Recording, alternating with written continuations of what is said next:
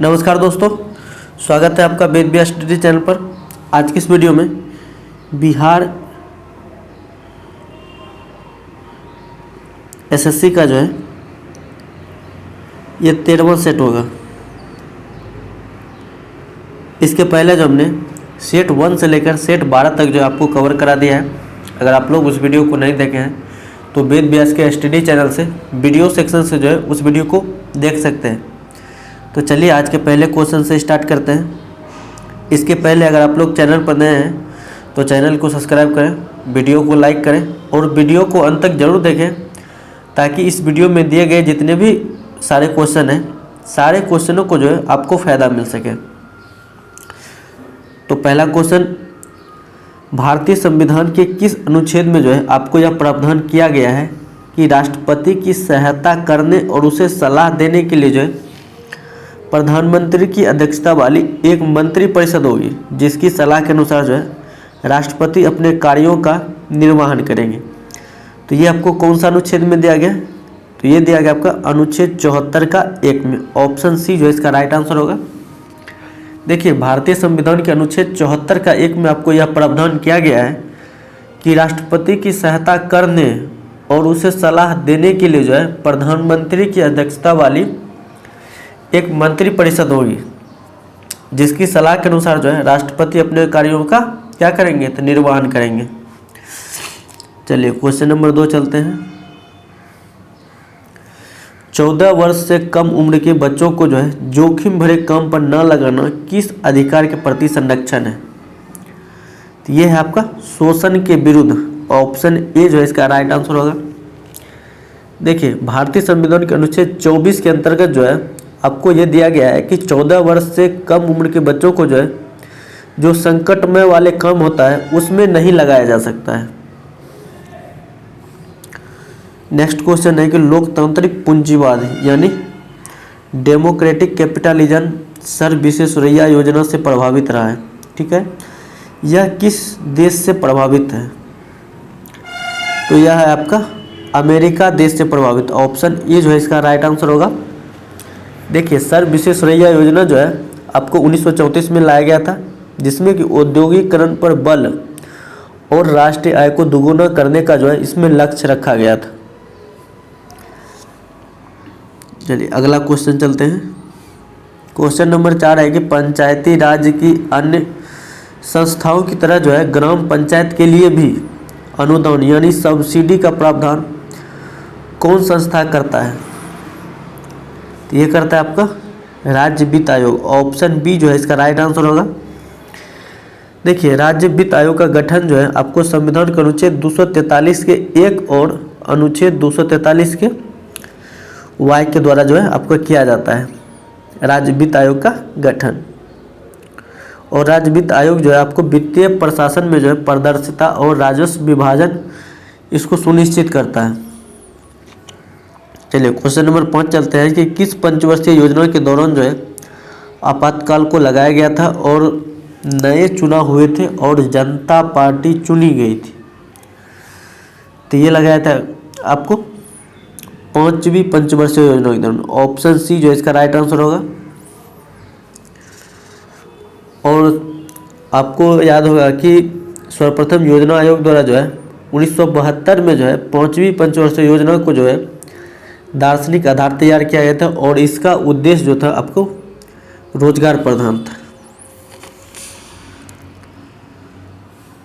Question number 6 है कि किस महिला को जो है भारतीय क्रांतिकारियों की माता कहा जाता है? तो यह कहा जाता है आपका madam Bhikaji Cama. Option A जो है इसका राइट आंसर होगा। और मैडम भीकाजी कामा जो है प्रथम भारतीय है जिन्होंने कि विदेश में जो है तिरंगा ध्वज को जो है एस्टुगार्ट में फहराया था। और कब फहराया था? तो 1907 में। चलिए क्वेश्चन नंबर 7 है कि राज्यसभा के सभापति यानी चेयरमैन होते हैं। तो ये होते हैं आपका उपराष्ट्रपति। ऑप्शन बी जो है इसका राइट आंसर होगा। देखिए, आपको इसमें एक चीज़ याद रखना है कि राज्यसभा जो है एक अस्थायी सदन है और राज्यसभा के सदस्यों का कार्यकाल जो है वो 6 वर्ष के लिए होता है और प्रत्येक 2 वर्ष के बाद जो है 1/3 जो नया सदस्य है उसको चुन लिया जाता है। क्वेश्चन नंबर 8 है कि भारत में जो है मानव अधिकार सुरक्षा अधिनियम कब पारित हुआ? तो ये पारित हुआ था आपका 1993 में। ऑप्शन सी जो है इसका राइट आंसर होगा। क्वेश्चन नंबर 9 है कि आर्थिक दृष्टि से पिछड़े देश की विशेषता नहीं है, यहाँ पर नहीं पूछ रहा है। आपको ऑप्शन एम देखेंगे तो प्रति व्यक्ति निम्न है। ऑप्शन बी कहता है कि उच्च मृत्यु दर। ऑप्शन सी कहता है कि उच्च निरक्षरता। और ऑप्शन डी कहता है प्राथमिक क्षेत्र में जो है निम्न श्रम अनुपात। तो इसका राइट आंसर होगा प्राथमिक क्षेत्र में जो है निम्न श्रम अनुपात। ऑप्शन डी जो है इसका राइट आंसर होगा। चलिए क्वेश्चन नंबर 10 है कि बांग्लादेश की आधिकारिक भाषा क्या है? तो बांग्लादेश की आधिकारिक भाषा जो है आपका बांग्ला है। ऑप्शन डी जो है इसका राइट आंसर होगा। और बांग्लादेश की राजधानी कहाँ है? तो यह है ढाका। ठीक है, क्वेश्चन नंबर 11 चलते हैं। पंचायत समिति के सदस्य किसके द्वारा मनोनीत किए जाते हैं? ठीक है, आपको इसमें बताना है कि पंचायत समिति के सदस्य जो है किसके द्वारा मनोनीत या आपको निर्वाचित किए जाते हैं। तो ये किया जाता है आपका प्रत्यक्ष रूप से जनता के द्वारा निर्वाचित किया जाता है। ठीक है, पंचायत समिति के सदस्य। ऑप्शन सी जो इसका राइट आंसर होगा।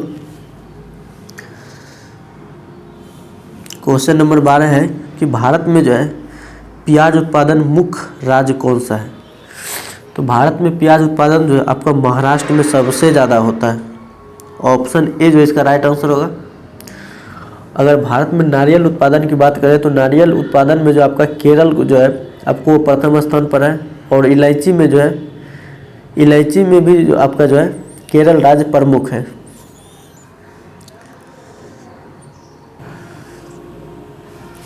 क्वेश्चन नंबर 13 है कि हड़प्पा संस्कृति का एक अन्य नाम है। तो हड़प्पा संस्कृति का एक अन्य नाम जो है वो आपका कांस्ययुगीन सभ्यता है। ऑप्शन डी जो इसका राइट आंसर होगा। और आपको ये देखिए हड़प्पा जो है भारत का एक प्राचीनतम सभ्यता स्थल है। ठीक है, और हड़प्पा सभ्यता जो है मेसोपोटामिया सभ्यता की समकालीन थी। तो ये भी आपको याद रखना है। बौद्ध कला का प्रसिद्ध केंद्र कौन सा है? तो बौद्ध कला का प्रसिद्ध केंद्र जो है आपका अमरावती है। ऑप्शन बी जो है इसका राइट आंसर होगा। महरौली अभिलेख से किस सम्राट के संबंध में जानकारी प्राप्त होती है?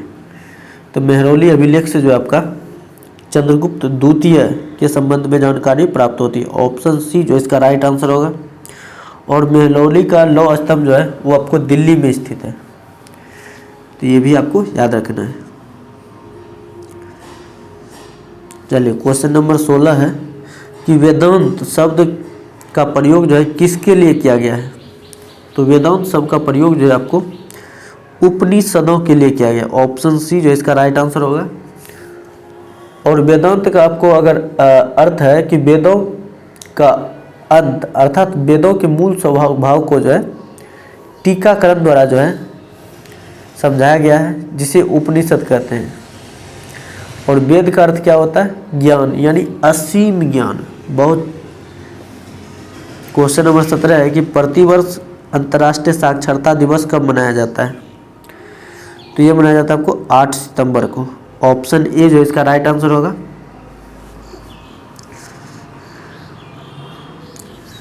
क्वेश्चन नंबर 18 है कि निम्नलिखित में कौन सा कथन सही है? तो ये है आपका कौन सा कथन सही है, इसमें आपको सही ढूंढना है। देखिए ऑप्शन ए कहता है कि कॉफ़ी की अपेक्षा चाय अधिक ऊंचाई पर उगाई जाती है। ऑप्शन बी कहता है कि कॉफ़ी बहुत चाय कम ऊंचाई पर उगाई जाती है। ऑप्शन सी कहता है कि ऊंचाई महत्वपूर्ण नहीं है, बल्कि कॉफ़ी के लिए छाया का फैक्टर जो है वो महत्वपूर्ण है। ऑप्शन डी कहता है सभी कथन असत्य है।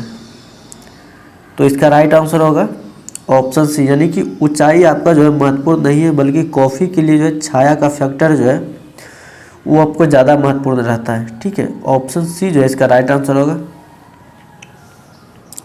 क्वेश्चन नंबर 19 है कि गन्ना की फसल जो है लगभग कितने समय में तैयार की जाती है? तो गन्ना का फसल आपको 12 माह में जो है आपको तैयार हो जाती है।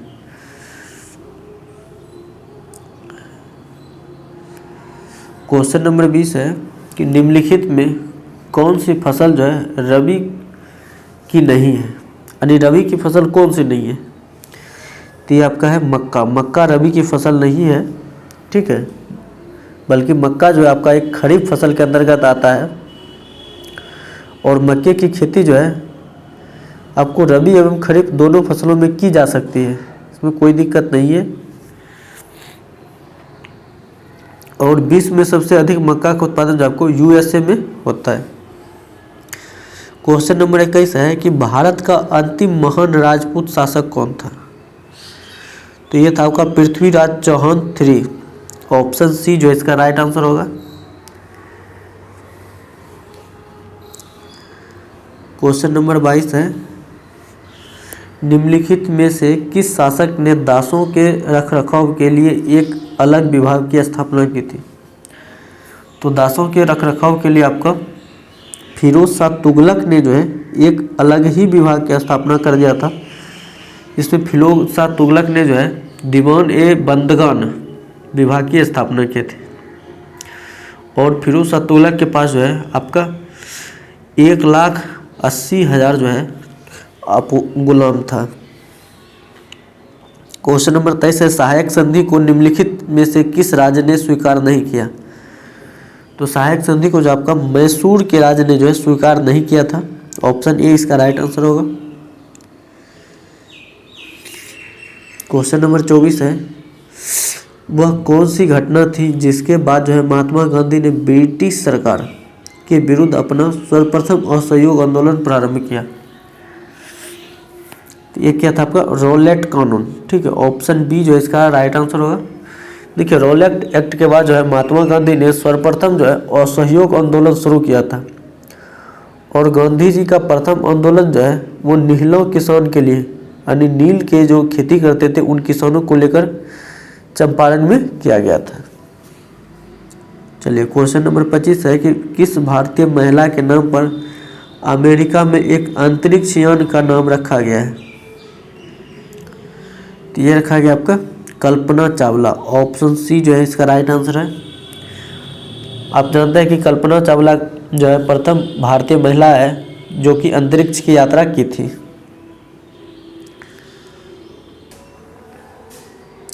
क्वेश्चन नंबर 26 है कि डैश को चंद्रयान 3 की सफल लैंडिंग के साथ भारत जो है चंद्रमा पर सॉफ्ट लैंडिंग कराने वाला चौथा देश बन गया था। कब किया गया था? ये किया गया था आपको 23 अगस्त 2023 को। ऑप्शन सी जो है इसका राइट आंसर होगा। 24 जुलाई 2023 को राष्ट्रपति द्रौपदी मुर्मू द्वारा लाइफ टाइम अचीवमेंट के लिए राष्ट्रीय भू विज्ञान पुरस्कार 2022 किसे प्रदान किया गया? ये प्रदान किया गया था आपको doctor Om Narayan Bhargava. Option A जो है इसका राइट आंसर होगा।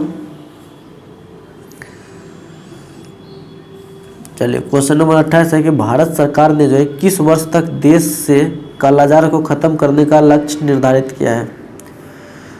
तो ये क्या आपका 2023 तक। ऑप्शन सी जो है इसका राइट आंसर होगा।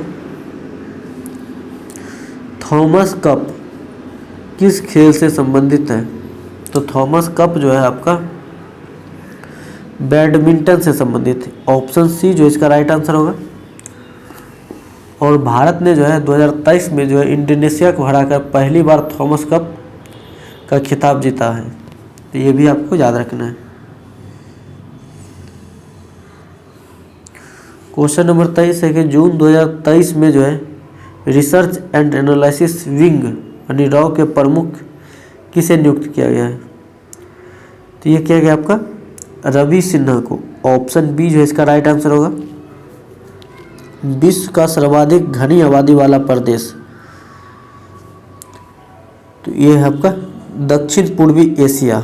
ऑप्शन ए जो है इसका राइट आंसर होगा। और विश्व का सर्वाधिक आबादी जो है आपका उत्तरी गोलार्ध में रहता है।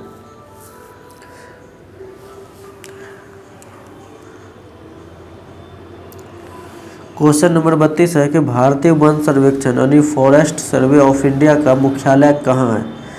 तो फॉरेस्ट सर्वे ऑफ इंडिया का मुख्यालय जो है आपका देहरादून में, ऑप्शन सी जो इसका राइट आंसर होगा। क्वेश्चन नंबर 33 है कि जब पवन पृथ्वी के घूर्णन के कारण अपनी दिशा बदल लेती है तो निम्नलिखित में से इसे किस नाम से पुकारते हैं?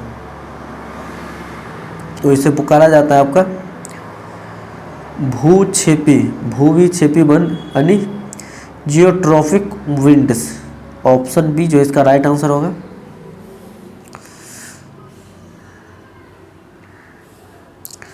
क्वेश्चन नंबर 34 है कि भूमध्य रेखा पर 1 डिग्री अक्षांश की दूरी होती है। तो 1 डिग्री अक्षांश की दूरी जो है आपको भूमध्य रेखा पर वो होती है 111 किलोमीटर। ऑप्शन सी जो इसका राइट आंसर होगा। और 1 डिग्री देशांतर के बीच का समय अंतराल जो आपको 4 मिनट होता है।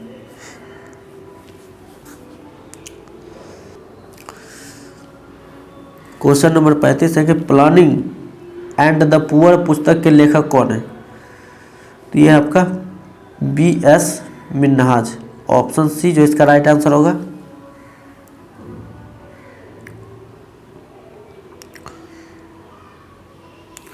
क्वेश्चन नंबर 36 है कि विश्व बैंक, जिसे अंतर्राष्ट्रीय पुनर्निर्माण तथा विकास बैंक भी कहते हैं, उसका मुख्यालय कहाँ है? तो उसका मुख्यालय जो आपका वाशिंगटन DC में। ऑप्शन डी जो इसका राइट आंसर होगा। और आप जानते हैं कि WTO का मुख्यालय भी जो आपका जेनेवा में है। क्वेश्चन नंबर 37 है कि 24 अगस्त 2023 को शतरंज विश्व कप के फाइनल में जो है भारत के रमेश बाबू प्रज्ञानंद को जो है किस देश के खिलाड़ी के द्वारा पराजित कर दिया गया? तो ये क्या गया आपका नॉर्वे के द्वारा। ऑप्शन ए जो है इसका राइट आंसर होगा। चलिए अगला क्वेश्चन चलते हैं। क्वेश्चन नंबर 38 है कि 11-12 जनवरी 2023 के बीच विधानसभाओं के अध्यक्षों का अखिल भारतीय सम्मेलन का आयोजन किस शहर में हुआ था? तो ये क्या गया आपका जयपुर में। ऑप्शन ए जो इसका राइट आंसर होगा। क्वेश्चन नंबर 39 है कि अजय टू योगी आदित्यनाथ पुस्तक के लेखक कौन है? तो अजय टू योगी आदित्यनाथ पुस्तक के लेखक जो है आपका संतानु गुप्ता। ऑप्शन डी जो है इसका राइट आंसर होगा। और योगी आदित्यनाथ का बचपन का नाम जो है अजय सिंह बिष्ट था।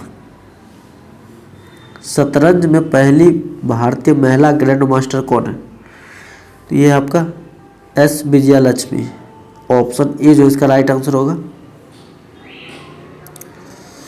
क्वेश्चन नंबर 41 है कि सूफी संप्रदाय का उद्भव हुआ था।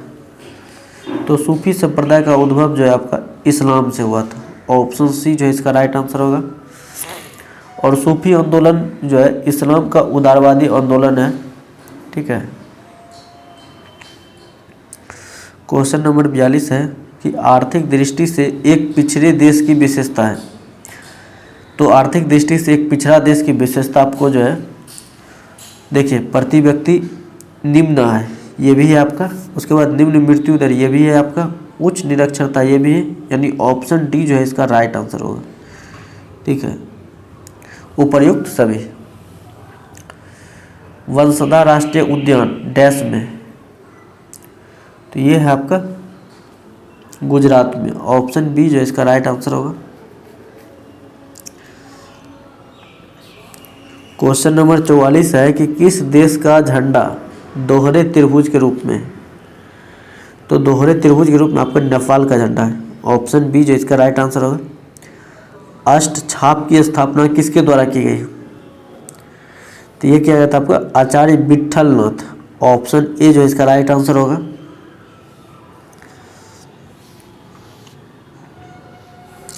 क्वेश्चन नंबर 46 है कि बिहार से उड़ीसा और झारखंड कब अलग हुआ था?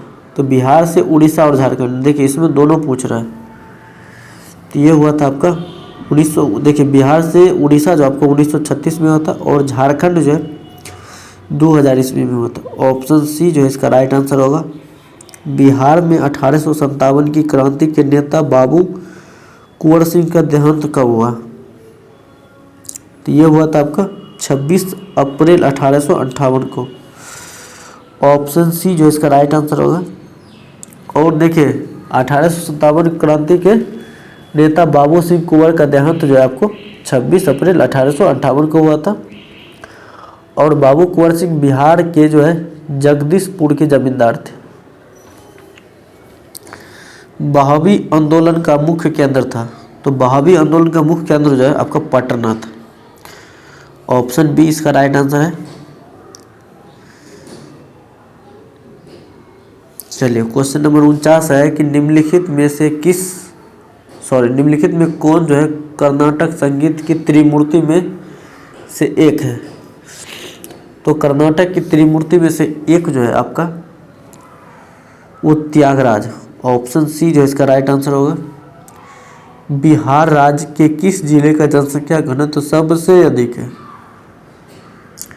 तो सबसे अधिक जो है आपका वो शिवहर का है। ऑप्शन बी जो है इसका राइट आंसर होगा। देखिए 2011 की जनगणना के अनुसार जो है बिहार के शिवहर जिले का जनसंख्या घनत्व जो है आपको 1880 व्यक्ति प्रति किलोमीटर है। यदि चंद्रमा पर बम विस्फोट हो तो उसकी आवाज़ पृथ्वी पर कितने समय बाद सुनाई देगी। क्वेश्चन बड़ा इंपॉर्टेंट है, ठीक है। यदि चंद्रमा पर बम विस्फोट हो तो उसकी आवाज़ पृथ्वी पर जो है कितने समय बाद सुनाई देगी। ऑप्शन ए है 10 मिनट, ऑप्शन बी है 20 मिनट, ऑप्शन सी है आधा घंटा, ऑप्शन डी है इनमें से कोई नहीं। तो इसका राइट आंसर होगा ऑप्शन डी, यानी इनमें से कोई नहीं। देखिए यदि चंद्रमा पर बम विस्फोट किया जाता है तो उसके बाद पृथ्वी पर सुनाई नहीं देगी, क्योंकि चंद्रमा पर जो है कोई वायुमंडल है ही नहीं, इसीलिए वहाँ की आवाज़ को हम नहीं सुन सकते हैं।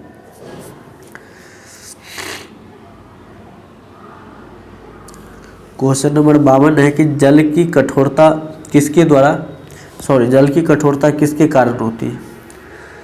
तो जल की कठोरता जो है आपको CaHCO3, ऑप्शन बी जो है इसका राइट आंसर होगा। और जल की अस्थायी कठोरता को जो है आपको उबालने से दूर किया जा सकता है। क्वेश्चन नंबर 53 है कि भारतीय रक्षा मंत्रालय के द्वारा इंटरनेट से जुड़े सभी कंप्यूटरों के माइक्रोसॉफ्ट ऑपरेटिंग सिस्टम को हटाकर कौन सा नया स्वदेश विकसित विंडोज के साथ बदलने का फैसला किया है। तो ये क्या है आपका माया। ऑप्शन बी जो है इसका राइट आंसर होगा, ठीक है। चलिए क्वेश्चन नंबर 54 है कि पीतल एक मिश्र धातु है जबकि वायु क्या है। तो वायु है आपका क्या मिश्रण है। ऑप्शन बी जो इसका राइट आंसर होगा।